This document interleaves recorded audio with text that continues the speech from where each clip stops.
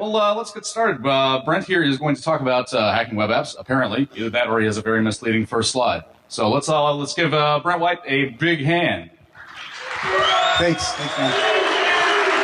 All right, hey, thanks guys for coming. Just to let you know, this is probably going to be the most disappointed that you've been in a long time, so I'm just going to go ahead and tell you that now. All right, let's talk about baking apple pies this morning. My name is Brent White. I'm a security consultant with Solutionary. And if you have any questions, I know there's a lot of people, so if you have questions about anything I talk about or maybe something I didn't mention, please contact me on Twitter. I will respond to the best of my ability. All right. This was not my choice to put this on here, but for my own protection, thank you for having me add this there, Michael Bourne. Everybody got it? There. Okay, so basically in this talk, I'm going to talk about as a pen tester what happens from the very beginning all the way to the end for an assessment for web applications. Due to time, I'm not going to be able to talk about actual web services, but most specifically web applications. So there are a few things that have to happen before you legally go and start hacking someone's website. What are all those things? Well, once you go through contract and scoping and sales, then it comes down to us, and we have what's called a kickoff call. And during this call, we talk about what are they expecting? Do they have a specific thing they want us to focus on? So if it's a bank, then they probably want us to try and focus on getting user data or credit information, things like that. So we talk about exactly what they're wanting. We talk about the limits, no denial of service, avoid this web page. Please don't, delete data or anything like that. And then the scope, and that actually is what website, what is the application, the URL. Next, in case something breaks, all hell breaks loose or something, you have to have a point of contact, somebody that you can call and say, hey, didn't mean to do this, but your site's down, or, whatever might happen. Hopefully that doesn't happen, but, it's not a perfect world. Remember, a report is always expected at the end of an assessment. So the more evidence that you collect, the easier your life is going to be when you're reporting. So before I get started, there's a few things that I like to set up. That way, as I'm going along, I can just copy paste and put evidence as I'm going. That way, at the end, when I'm report writing, I'm like, well, shoot, I forgot to take a screenshot of this. So what do I use? Well, KeepNote is my actual application of choice. It's built in with Kali Linux, and it's also available for other platforms. Again, there's several options, such as Dratus and other things like that. Just explore whatever works best for you, what you're most comfortable with. One of the reasons that I like KeepNote is that you can easily create scripts. You can do scripting for it, and it's very expandable. And you can easily export it as HTML files to give to a client or to share with your team members as well. And so just to kind of show you how I might group things, the one side says by IP. So if I have several IPs or several applications I'm looking at, and I want to make sure that I'm covering each one, then I might break it out and do a folder for each specific application or IP. Or if it's a smaller scope, then I'll just do it by vulnerability. And as you can see, I've gone in and color-coded them. The darker ones are obviously your higher risk. And then the green, I do that. This is a visual reference of just information that I can go back to, such as what's the scope or anything else that I might need to reference quickly. A few things, evidence gathering. Whenever you're going to report on a vulnerability, then you want to try and document the request and response for each vulnerability. That way, when you give the report to the client, they can try and replicate it and try to resolve the issue. Any unscheduled downtime or issues, so if the client asks you to stop testing because there's latency or some issue with the application, you want to document that for the report review call. Changes in test data. So if you do create test accounts or you modify, let's say you get into someone else's account and you modify information, let them know. That way they can go back and repair that if you happen to be testing in a live environment. And then again, if you're testing something like a bank website or an online store or something, and you're doing transactions, you want to log those. That way, of course, they can cancel that and give you your money back. And then this next one should be pretty obvious. Don't share any screenshots or data of any hacks that you found for the client. That probably wouldn't make them happy, and you'd be against your agreement in the contract. So I'm going to apologize. There's so much stuff to cover, so I'm going to try and keep things high level. That way, those who are interested in getting into hacking web apps, this is more of an outline for you to go back and say, like, kind of look at the names of the programs and learn these programs, and to kind of get you on the right track of how to get started. So, evidence gathering, you want to make sure when you do find a vulnerability that you get a clear, legible screenshot of that vulnerability. That way, when you put it in the report, you can actually tell what it is.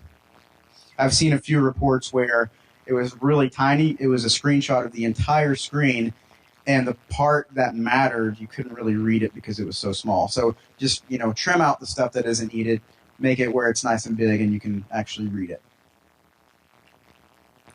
So call out the specific issue during the write-up. That way, they can actually see what was sent. So you can see the highlighted part where on this particular one, I found SQL injection. And so I highlighted the payload or the code that was sent for the username parameter. And then again, as you're going through, let's say, for example, the SQL injection I was just talking about, if there are multiple parameters, you want to go through and look at that for each and every parameter. So you actually want to go through and document every parameter that's vulnerable to that particular SQL injection, for example. Don't just find one and just give them one. You actually need to be diligent and go through and look at every parameter to make sure everything's being covered. And then you want to have a methodology or a checklist to go by. And when I say checklist, I want to be very clear that I'm not limiting you to that checklist. That's just merely a reminder. Okay, have I fuzzed all of these parameters? Have I looked at this? Have I looked at this? And this is just kind of a thing to help keep you on track, because as a pen tester, you're going to be doing a lot of things like this, and maybe have several projects going on at once. So this is just kind of a tip to help keep you on track, to make sure that you're not overlooking or forgetting something. That way, the client is getting the most value for their dollar. And then again, you're not trying to go to sleep one night and then you remember, oh, I totally forgot to look at this whole portion of this application. So at the end, it does kind of make you happy, I guess. I had to find a stupid picture for this one, so there you go. Okay, now getting into the actual assessment part, you want to look at anything you can find. The OSINT, which stands for Open Source Intelligence, if you're not familiar with that, you actually want to go through, use different tools such as search engines. If there's been a previous compromise, you might find credentials on something like Pastebin, ReconNG, all these. There are several different tools for OSINT that actually will crawl and help save time by crawling the web for you and finding this data. Again, look for any previous hacks. That's always a good thing to tell a client, like, hey, you guys have already been owned. You got a lot of cleaning up to do. Any known malware, anything, I don't know where that came from. So again, this is a manual process. It's very time consuming, but it can be very, very rewarding. And why is that? Well, I've actually found database types, database schemas, test credentials, and so much more information through archived emails, development forums, so many things that have pretty much given me the keys to the kingdom for that assessment. Talking more about OSINT, there's a great tool by Lee Baird called Discover. And you can look at the the screen and kind of get an idea of a few things that it covers for you. The automation tool helps things go a little quicker. Okay, so you might be asking, well, if you're a hacker, why are you running automated tools? That's not cool. You're supposed to go in and do everything manually. And, according to Hollywood, the faster you type, the better of a hacker you are, things like that. Okay, well, automated tools are great because they actually are a huge time saver. With assessments, they cover a wide range of tests very quick, and it really helps you to find the low-hanging fruit. To be very clear on this, and this is something that I know a lot of other pen testers get really irritated about, a vulnerability scan is not a pen test. I know that's a common misconception, so if you know people that think this, please correct them. It's just a vulnerability scan. It's only doing what the scanner knows what to look for. It's not putting in that human element of manual testing. So, and to those that still think a vulnerability scan is a pen test, then this is you right here. So,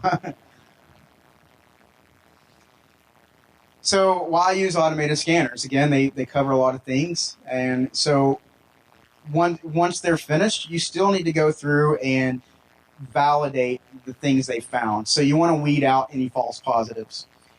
I know a lot of automated scanners have tools where you can actually replay a request to see if you can get the same response or maybe modify it to see if it is a false positive. Don't just rely on those results because there are several that will give you false positives on the same vulnerability over and over on several web apps. So I'm not saying anything bad about the scanners, but trust, but verify as well. So automated scanners, I want to talk about a few that I like to use and some of the more popular ones out there. Nessus by Tenable is great. It looks at the host, the web app, everything SSL, TLS layer. It also does basic content discovery, and it just kind of looks at it in a whole. IBM AppScan is another one that we like to use, and it's a little more focused. You can go in and you can modify a lot of things from parameters that you don't want to have looked at, pages you want to exclude, and things like that. So it's a little more focused for web apps, and it's a tool we like to use. Another favorite of mine, which you'll hear me talk about quite a bit, is Burp Suite Pro. It has a built-in active scanner that will actually go through and look at things similar to other scanners. And you can also spider content. So basically what spidering does is when you load a page, any links or anything that are in that page, it will visit that. And then on that page, any links, it will visit that. And basically it just keeps spidering out, trying to go ahead and build the trees and everything for you so you can see sort of a layout of that application. Nick2, I like this Nick2, however you say it. It's a pretty good tool too for looking for default pages, known vulnerabilities, CGI testing, and quite a bit more. And I like to use this standalone because it gives me a lot more control and I can really dial down based on that specific web app that I'm looking at.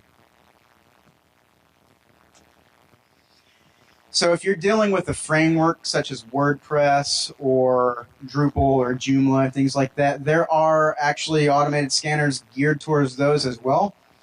WP Scan, obviously, that's for WordPress. Looks for known WordPress vulnerabilities, outdated plugins, and so on. The ones for the other platforms also do similar things. So look into those. Those are all built into Kali. A good one for finding sort of brute forcing directories that might not be linked in any other way is Durbuster by OWASP. That's probably kind of hard to see on this screenshot, so I apologize. But basically, you can load your own custom lists or use the lists that come with it, and you can go through and just let it run, and it will try to find and locate its hidden files and folders. Very useful. Make sure you give yourself enough time for this because it can take a while. And again, there are many more pre-installed options in Kali, and this sort of shows you the directory structure where you can go in and find these tools if you're not familiar with the operating system. And then there are other, free options such as Saint and Nexpose and numerous others. So just kind of, get familiar with these tools, find what works best for you.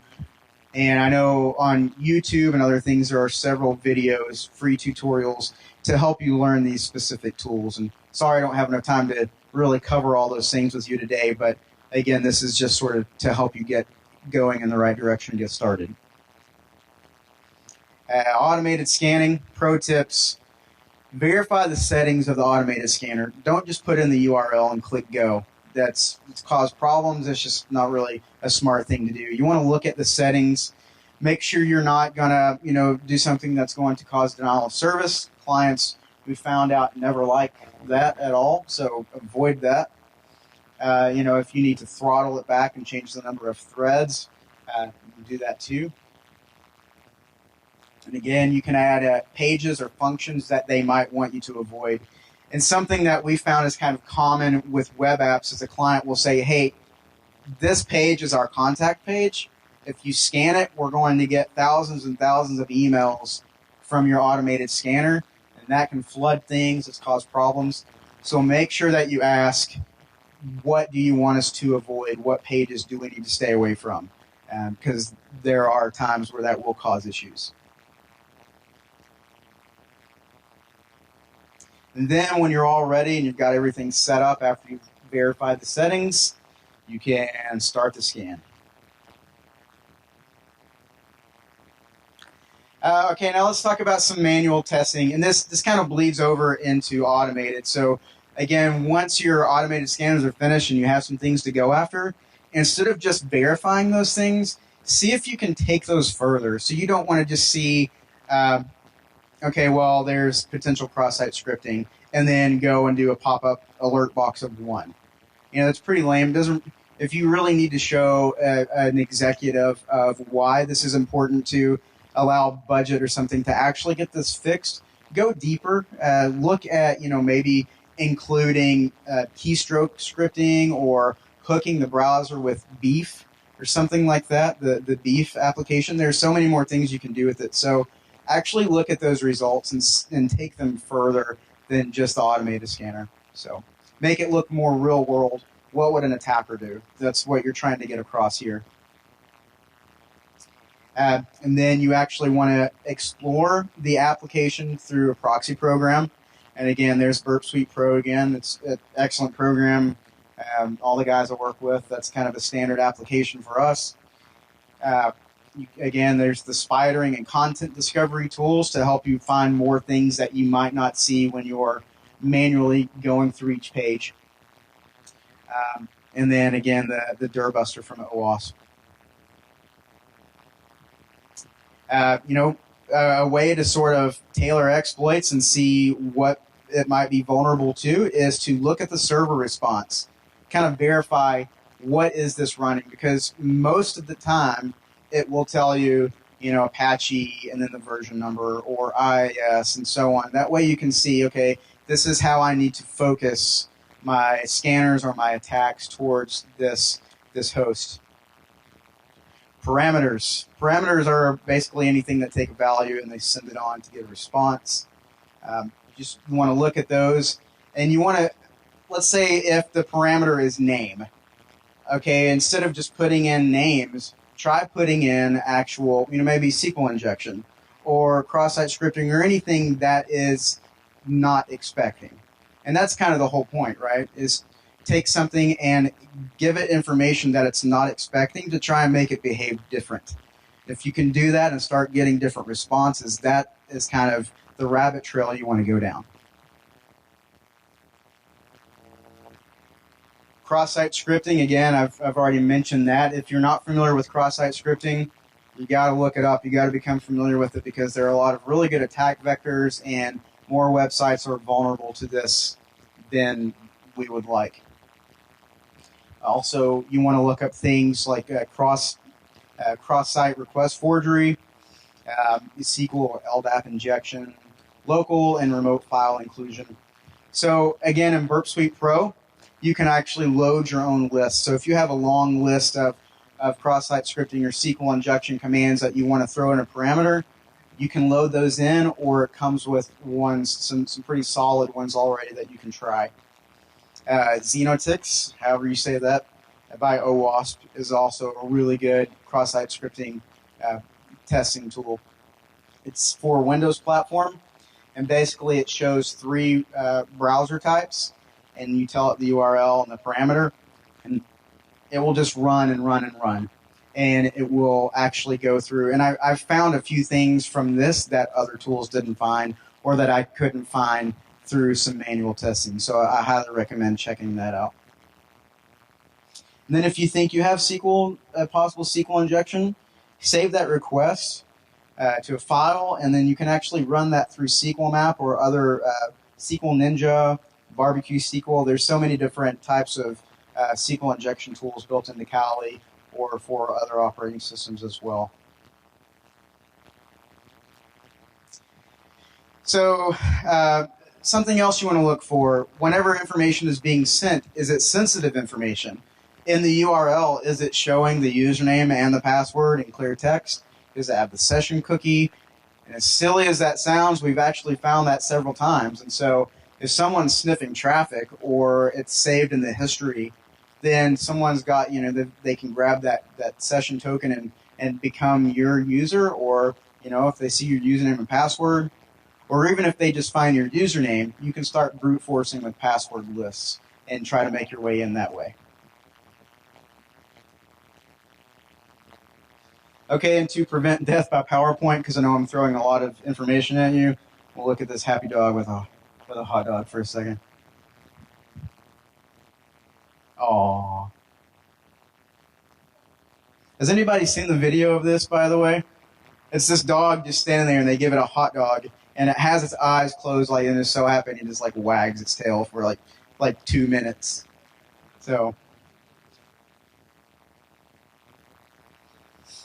okay, and moving along, authentication. These are things I'm telling you that you actually want to look at for bypassing things and to actually hack the websites. So, authentication, can it be bypassed? What does that mean? Well, if there is a URL for admin, can you get to that URL as an unauthenticated user? Or if you're not an admin, if you're just a regular user, can you still view that? Those are things that you want to look for. When you log off, can you take that session token, put it, and use it again? Or does it create a new one every time you log in? This is, something else you can try. If you're logged in as one user, can you go ahead and log in under the same username in a different browser? Does it allow multiple sessions? Sometimes that's not really a bad thing, but I think, given certain cases, for example, a bank, you might not want to allow the same user to be logged in at the same time on a website. You want it to end that session of the other person. That way, this, provides a little more security with that. You also want to look at password requirements. Can you set your password to 123 or banana or something that's easily guessed, a very common password? You want to make sure that it's strong password requirements for that application. When you change your application, can you go back and use an old password again?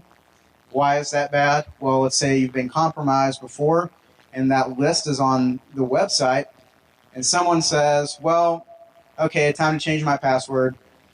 And their old password is out there, and then again they say, oh, I want to use that password again. Well, there's a possibility that an attacker come by and use that list of passwords that were found from a previous breach, and if it's their current password again or it's never been changed, you've got problems.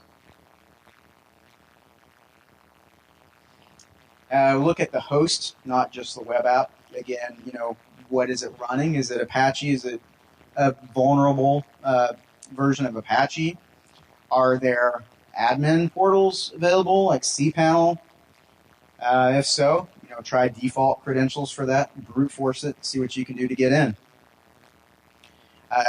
There have also been a few times where we've found backup files, backup database files.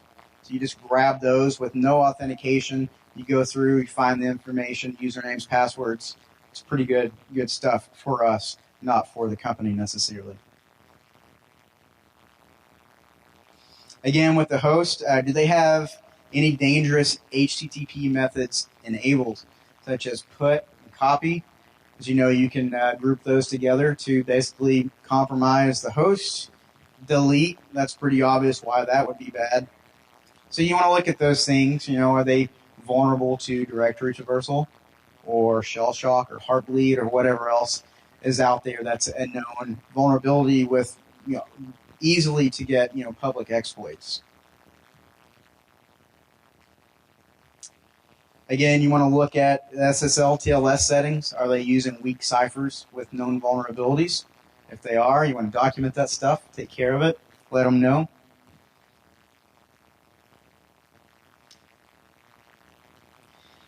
And again, there are methodologies from OWASP as well as several other checklists to kind of help you stay on track.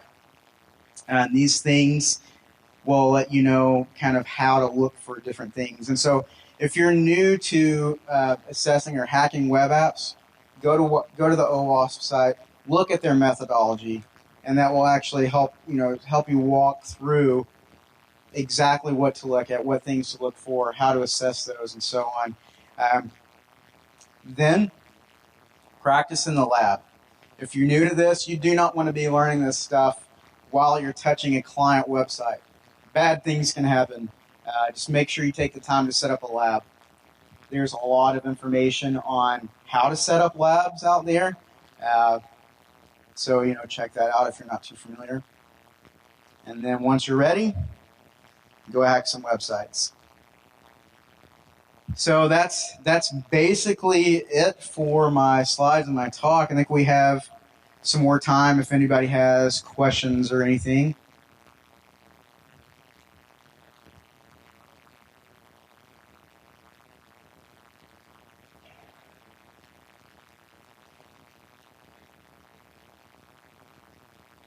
So the question was, is there anything that I recommend for setting up a lab? It kind of depends on exactly what you're wanting to do. I mean, if you're wanting to look at web apps, there are, guys, help me, what's the name of the VM?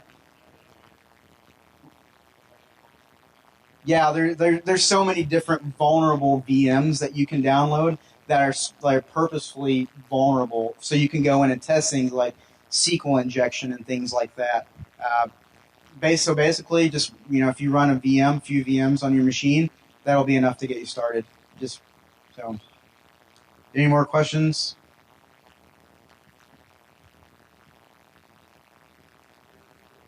My favorite tool, probably the monkey wrench. No, Burp Suite Pro honestly is my favorite. It's pretty robust. You can actually, again, as I've mentioned, there's manual testing, automated scanning, throw in your own lists, you can craft your own responses, and there's so much that you can do with Burp Suite. So, yeah.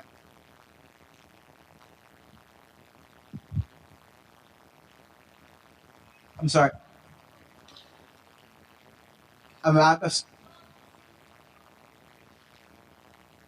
Sorry, NoSQL? Okay. Okay. Oh, like MongoDB, things like that?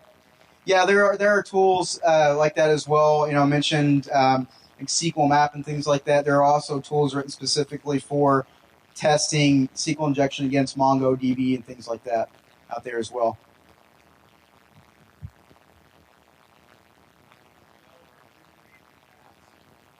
Great question. So, how do you help developers recreate the attacks?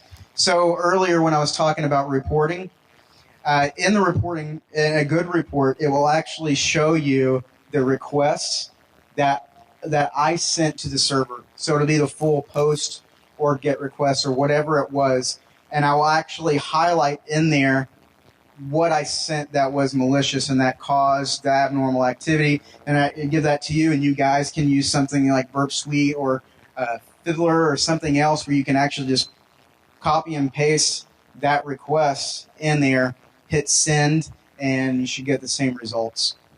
So.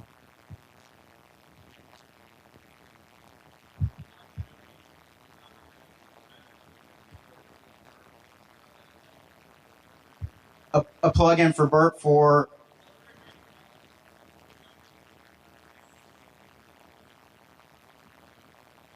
yeah. So well, again, that's one of the great things about Burp is because it's so widely used. It's being actively developed for, and there's a great plugin for it specifically for SQL Map, where you can. After you go and set up the tool and everything, you basically just send that straight into that plugin, and it will run it through SQL Map and everything for you. Then if it finds something, a tab will open up and it'll link and say, hey, we found something. That way, it does save time from the manual process of, command line from SQL Map. So that is an option. What's that? SOAP and REST APIs. You can use those as well through Burp. You can also test those. And I know IBM App Scan also. You can throw the WSDL and everything in there and help fuzz those parameters and things like that. Was that the question? Okay, cool.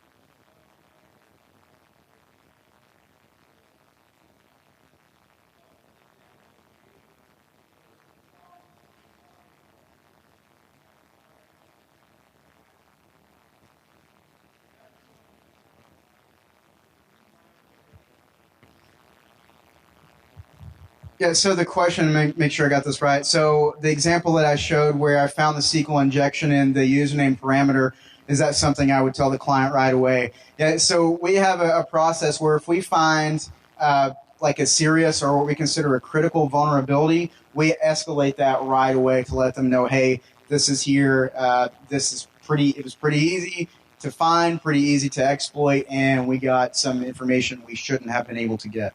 It's a good question.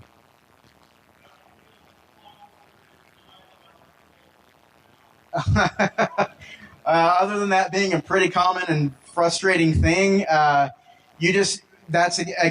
where you want to find these exploits and try to take them further and make them more real world scenario. That way you can say, okay, obviously this vulnerability exists. This is what an attacker could do with it because this is what we actually did, and here is proof that we did this. And then they'll argue, well, I don't see that that's a critical risk. It needs to be a low, or something silly like that. So basically, you go to them, and there might be certain cases where, based on the vulnerability, where maybe it could be, lowered a little bit based on their use. But that's just something that you need to talk to the client about. But just make sure that you document things well. Again, you exploit it to the fullest within the scope. And then you just let them know, hey, this is how you guys could really be screwed over. And then you just take the dialogue from there and kind of work it out between the client.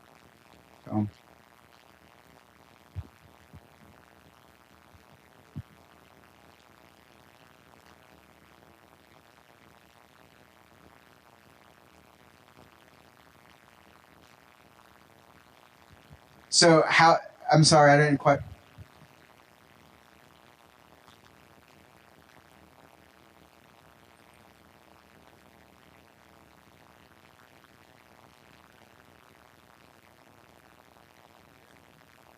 Yeah, so you're talking about, how do you evade their IDS, things like that. So this is something that we actually talk about during the kickoff call, is they will say, well, we have this firewall in place. And you say, well, that's good, but we only have a week on this project. We don't have time to really go through and, craft everything to see if we could potentially bypass this. So you want to let them know, hey, whitelist us because we don't really...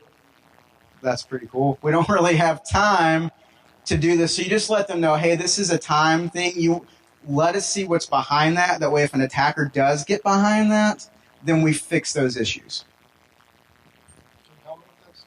Yeah, I could probably help you with that. 1 second, please. No, keep going. Never mind. Ask the guy next to you that asked that a second ago. This is oh, he got it. Cool. Let me explain what's going on. How many people are first-timers here? All right. So we have a little tradition at DEF CON. If you speak at DEF CON and this is your first time, you have to take a shot during your talk. And it's just kind of how we do it here.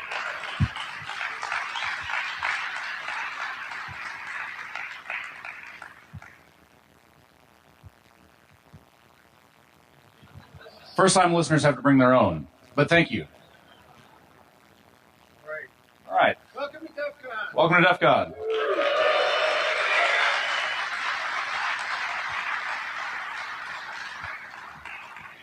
Thank you, guys. I'm glad you did that towards the end.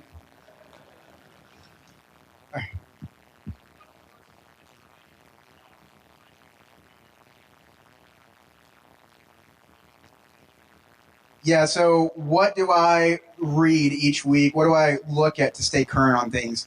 I'll tell you, this might not sound like the most professional thing, but I get more useful information from Twitter and from following InfoSec leaders on there, fellow hackers, those guys. I mean, constantly. That's what we do, right? So when we find something, when we see an article, you might see the same article 15 times in an hour, but you saw it, right? So let's say, for example, Shell Shock dropped. My whole feed, that as soon as it came out, was talking about Shell Shock. The next hour, it was so-and-so has developed a proof of concept or an exploit. Check it out here. So within a couple hours of Shell Shock being announced, we were, the guys we work with, we were all already trying out these proof of concepts and code, and then you heard about it on the news or, a larger thing, maybe 2 or 3 days later, everyone's freaking out about this, but here we are actually already trying it out. So Twitter is a great resource. So, yeah. HTML5, yes, there are some. Actually, just a quick Google search, and there's actually a few tutorials and tests and things like that you can go through and practice it, things you can look for. So, yeah, it does have some issues. Let's see, I think I got time for just a couple more.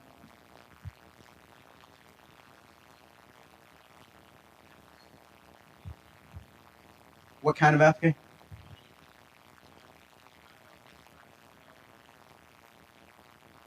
Any good application for testing the Mongo? I'm sorry, I'm having a really hard time hearing you. Like, scream it at me like I owe you money or something.